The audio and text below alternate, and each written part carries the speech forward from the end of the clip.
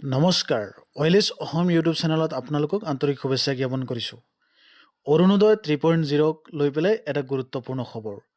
প্ৰিয় ভিউৱাৰ্ছসকল, যিবিলাকে অৰুণোদয়ৰ কাৰণে এপ্লাই কৰিছিলে, অৰুণোদয়ৰ কাৰণে এটা সুখবৰ। অৰুণোদয় 3.0 সেইটো 12 ডিচেম্বৰ 2025 মুখ্য অতিথি ডক্টৰ হিমন্ত বিশ্ব শৰ্মা আৰু শ্ৰী হাগ্ৰামা মহিলাৰী BTC প্ৰধান, শ্ৰীমতী অজন্তা নেওগ বিত্তমন্ত্ৰী আৰু জয়ন্ত মল্ল বৰুৱা মন্ত্ৰী জনস্বাস্থ্য কাৰিকৰী ইত্যাদি বিভাগৰ অসম।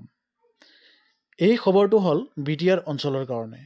BTR অঞ্চলত মুখ্যমন্ত্ৰী মহোদয় অৰুণোদয় 3.0 আনুষ্ঠানিকভাৱে মুকলি কৰিব। গতিকে এই খবৰটো আপোনালোক সকলোকে জনালোঁ।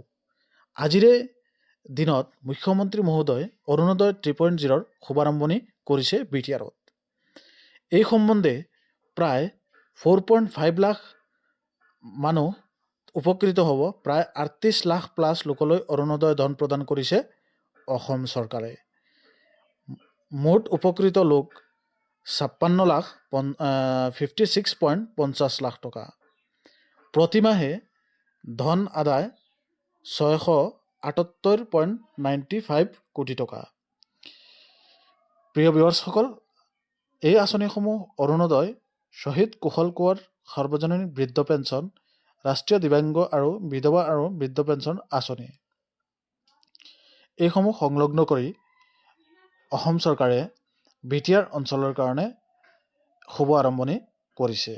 গতিকে যিবিলাকে BTR অঞ্চলৰ বাসী, তেওঁলোক অৰুণোদয়ৰ কাৰণে ইমান দিনৰ পৰা ৱেইট কৰি আছিল, তেওঁলোকৰ কাৰণে এই সুখবৰটো আজিৰ এই প্ৰতিবেদনত আপোনালোক সকলোৰ কাৰণে আগবঢ়ালোঁ। ইনফৰমেশ্যনটো শুনি পেলাই কেনেকৈ লাগিছে আপোনালোকে জনাব। আৰু কোনে কোনে অৰুণোদয় 3.0ৰ BTR অঞ্চলত নাম অন্তৰ্ভুক্তি হৈছে বা আপোনালোকে অৰুণোদয় পাইছে, কমেণ্ট কৰি জনাব পাৰে। ধন্যবাদ।